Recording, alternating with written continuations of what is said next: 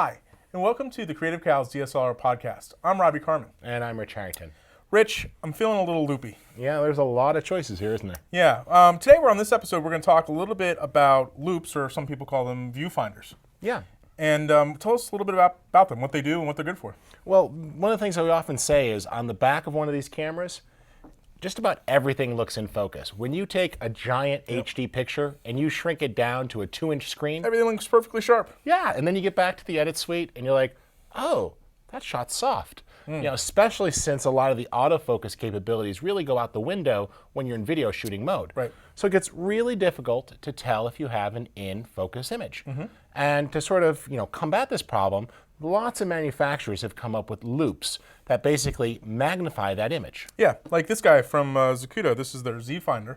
The ZFinder is an optical viewfinder, has pieces of glass inside, and it kind of has the form factor of a traditional, video camera viewfinder that you look into. Including a diopter for those who wear glasses who need to compensate for maybe removing their glasses and sort of back focusing. Yeah, and so what this guy does is it actually magnifies the image on the back of the LCD. So it just kind of snaps on here to the back, like that. Right. And then when I look through it, I have a magnified, blown up image that's much easier to look at, much easier to judge focus with, and I can use the diopter to sort of adjust it to my particular vision.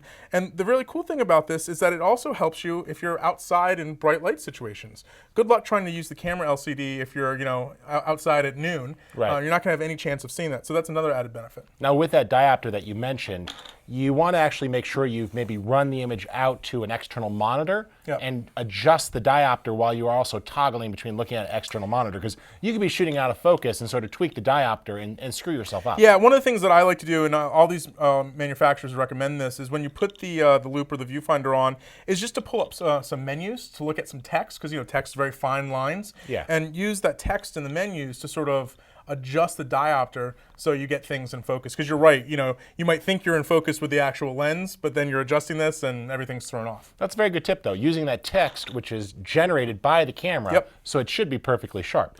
Now, we mentioned the Zacuto ones, and a good thing there is make sure you get a case so you can protect this, keep it on your belt. They have neck straps, but there's lots of other ones out there, and we've got 2 other models here. This particular one here is the Hoodman crane, sort of their cinema style, and it has a unique advantage. That one mounts to a frame. This is sort of on a hot shoe mount, giving you another hot shoe, but you could just very quickly, pop that and sort of turn it off to the side. If we go ahead, there's a little release switch here. I could pull that down and flip it up. Right. I can rotate to the side and get it out of the way if I need to. Right, so for example, if you were on set, with a client or whatever, and you didn't have an external monitor, and you say, hey, come over here real quick and so we can look at this together, you can just flip that out of the way and look at it. Yeah, and that's nice, and it gives you the hot shoe, and it's sort of taking the weight off of it. A lot of these early cameras were using an adhesive frame, but now we've all sort of switched to something that really mounts to hardware. Yeah, absolutely. Like these Zacuto ones, have a physical base plate that goes underneath. Yeah, and so it just sort of depends. That works great unless you already have a tripod or a mounting system that you don't want to use that base plate. Yeah, and the one thing I will say about all these viewfinders is that you do want to pay a little attention to the security of them. I mean, you spend a couple $100s on them, and the Hoodman obviously has some security built right in. But a lot of these viewfinders will have some additional things that you can do. For example, on the Zacuto models, you can use their Z bands, which are just basically rubber bands that go around the camera body. They can have little lanyards here that you can put around your neck. Because the last thing you want to have happen is somebody walk by and bump the camera and then smash. Yeah, $400 on the ground is $400 lost. Exactly. Now, and one of the things, and on that point, these these do have a wide range of prices, but typically $200 to $600 for these loupes. And you got to think of it, that's really like buying a good lens, but you need that. Now, this is a completely different model, and this is actually a model called a Profinder, and it's a little bulky and it looks like the others, but what's different about this is very cool. Is you can actually sort of flip this up and then down, and now you have a periscope style. So if you sort of look in there, you can actually see the mirror. And what this allows you to do is when you attach it to the camera, is you could do low sort of shooting, cradling the camera and having like a periscope as you're looking at the shot. That is one disadvantage of these traditional viewfinders, is that you do have to be behind the camera to use it. So if you want to do a little angle work, you need to depend on an external monitor, and this is a good solution to that. Now, one more thing that's happening, that's sort of happened in the past couple months with these viewfinders, is that several companies are coming out with electronic viewfinders, right, or EVFs, that sort of more mimic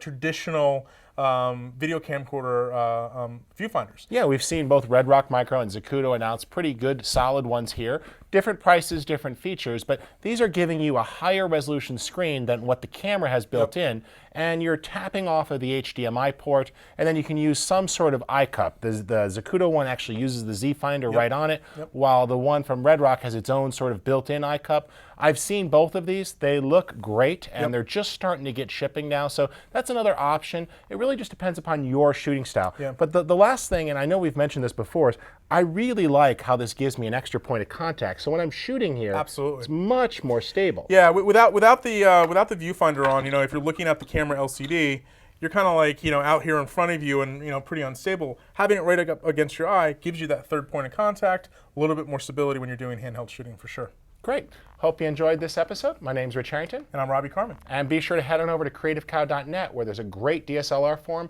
as well as tons of tutorials and magazine articles worth checking out.